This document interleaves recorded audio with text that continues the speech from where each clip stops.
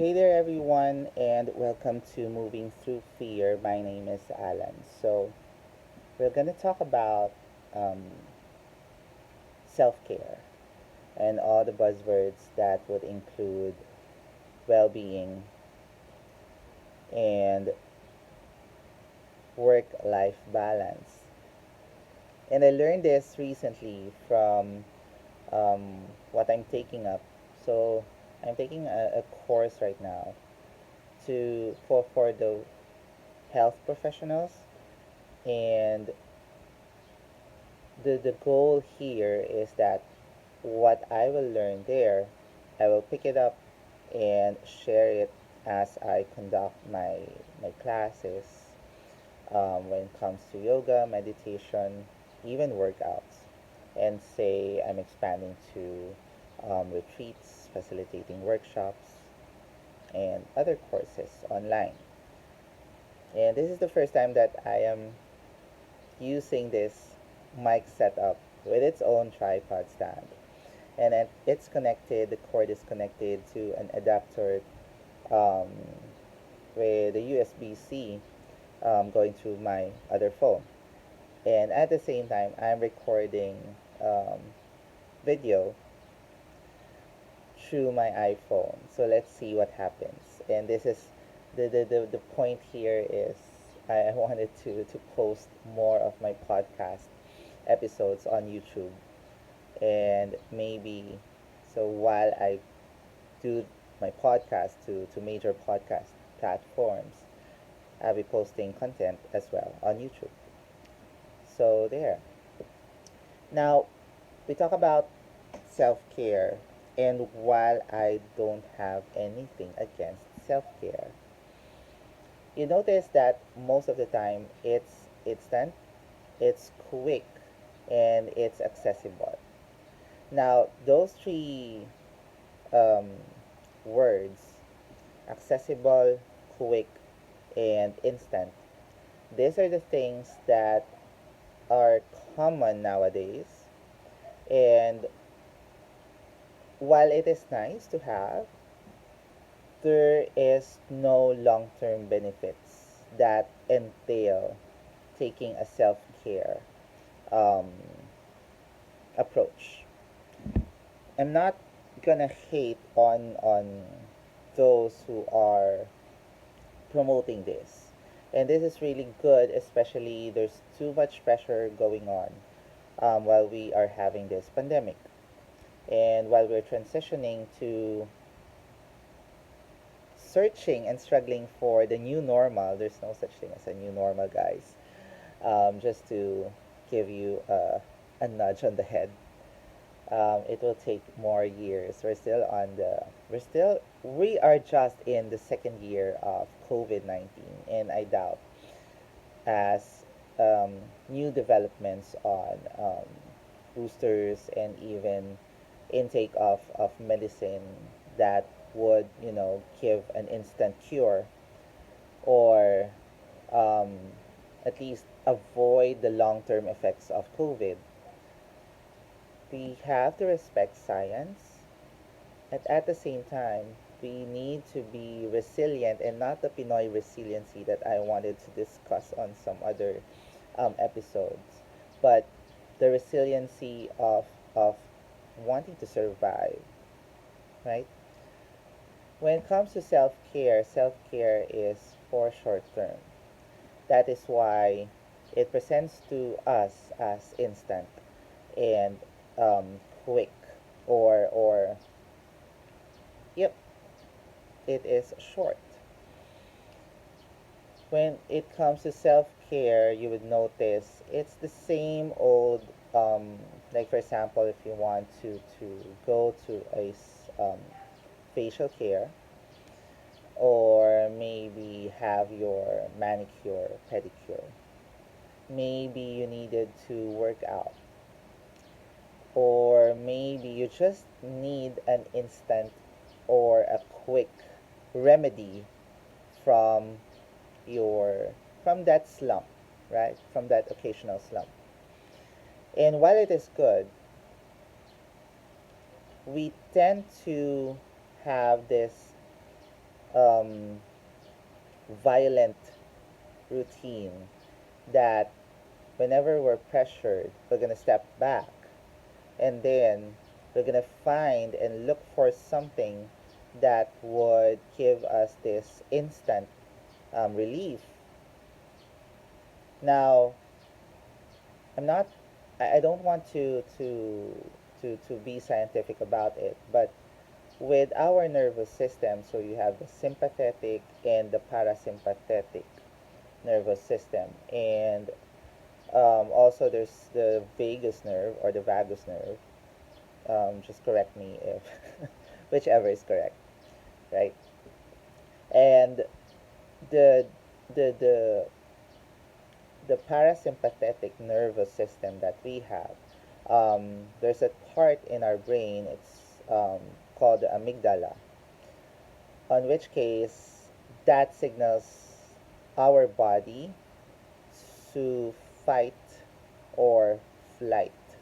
There's another, I'll even add freeze or fawn. Now, the difference is the fight or flight is quite obvious.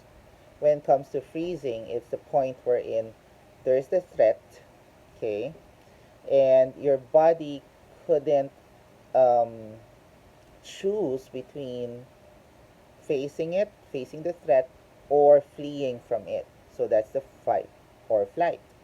And you're gonna hold their system, or just imagine that your laptop is on a continuous loop of endless loop of that circle instead of the hourglass turning for those of you Gen Z or even millen- older millennials, I should say, or Gen Xers. Um, the turning hourglass in your Windows or maybe in your MacBook is quite familiar. That is the freeze. When it comes to fawning, if you would notice, when we are threatened or when we are faced by a challenge or threat, either we tend to haggle or we step down to our level in order to appease the threat or to have a gentler effect on us instead of, you know, creating that traumatizing effect to our bodies or to us directly. And this is the same as compromising. If you would notice, for those of you who are used to compromising when it comes to your loved ones, your family, your close relative, or your circle, your immediate circle, we tend to appease people because this is the basic necessity, as per Maslow's hierarchy of needs, um, is the essence of belonging, finding to belong, and the easiest way to to end a fight, to end a threat, is to make friends, to befriend it, right? And while it is good in on the outside because we stop the confrontation, we soften the situation, it is not good within. A part of our body, and that is what you call the fascia, the soft tissue, the soft connecting tissues. Somehow, that is where cancer cells develop, not in the muscle, but on the soft tissue. And that is why there's the proliferation of cancer cells being either benign or malignant. And most of the time, while it is benign, it creates this permanent um, what's this wound inside, and it it diminishes the value of life, our life, because we didn't confront or we didn't um, yeah we didn't um, face the threat head on, right? Now, while not all of us can do a confrontation because maybe we're too tired, maybe we're afraid to call ourselves weak, maybe because it is a parent, maybe it is a relative, maybe a mentor. There are different ways in order for us to create an argument or engage an argument or to a threat, face a threat without being violent. But it also helps our body and even our principles so as not to compromise. And that's the fawning effect. Okay, so much about that.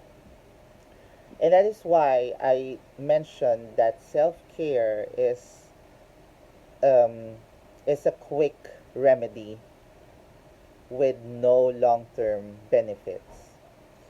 Because first, you will return, and that is where, okay, and while I am not against capitalists, um, it is creating this um, $1 billion industry wherein we, or as consumers, as users, we feel the need of searching for that quick remedy, for that quick result. And that is not a good one for us in the long term. And that is why well being takes place. Well being is the state of wellness, of feeling good for a long time. And Alan, you may ask, how do you even, you know, create that well being atmosphere? It starts with breath, and it has this, you will really take a retreat.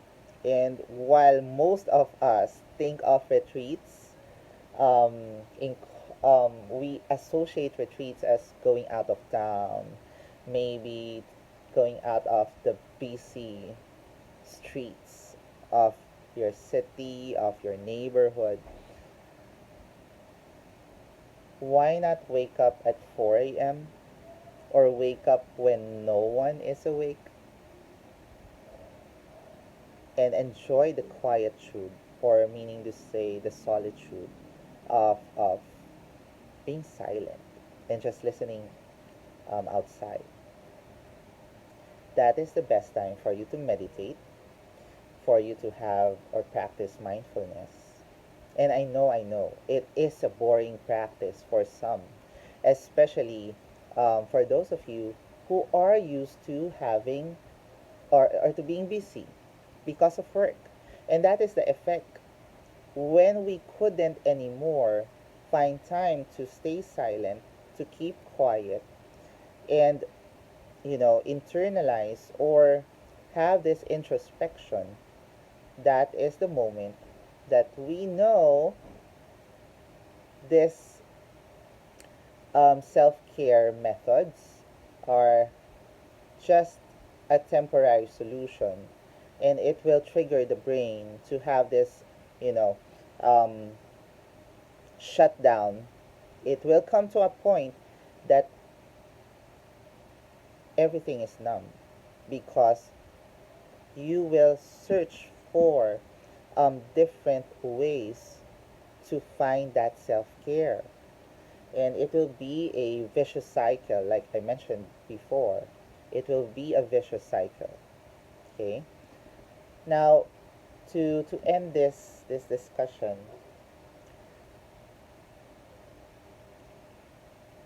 before I was working in a corporate setup, and this might be a different discussion altogether.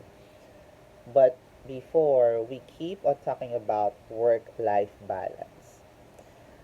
Work life balance may be good and may be effective, but there's one major factor.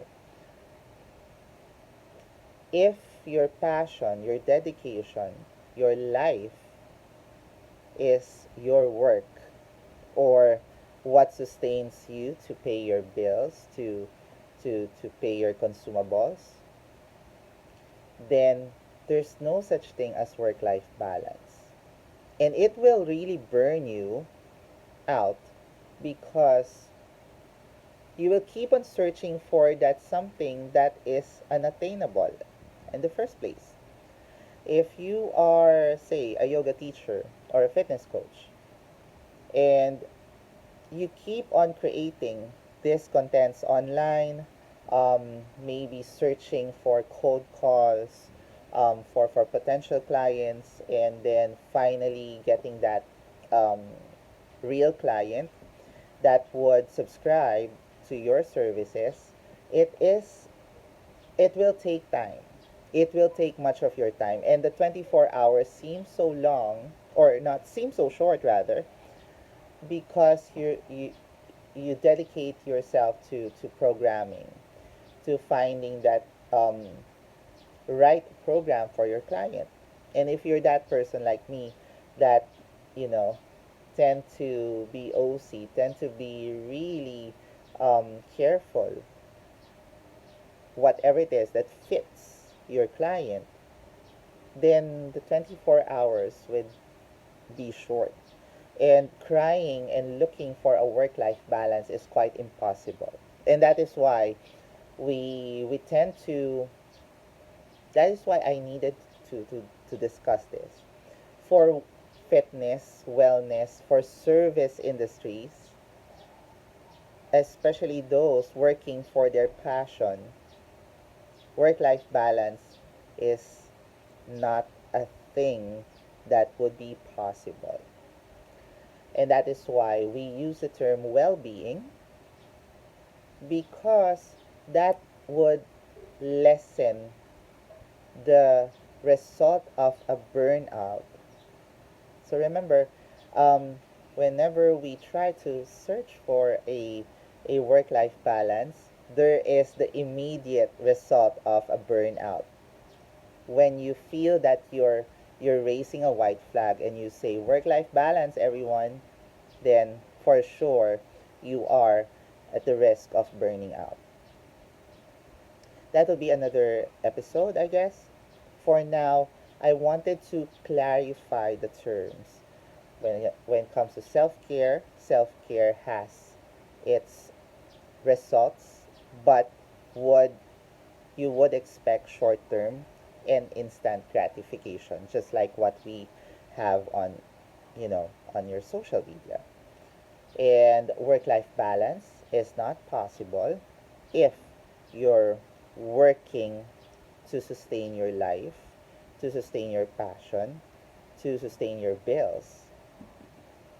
And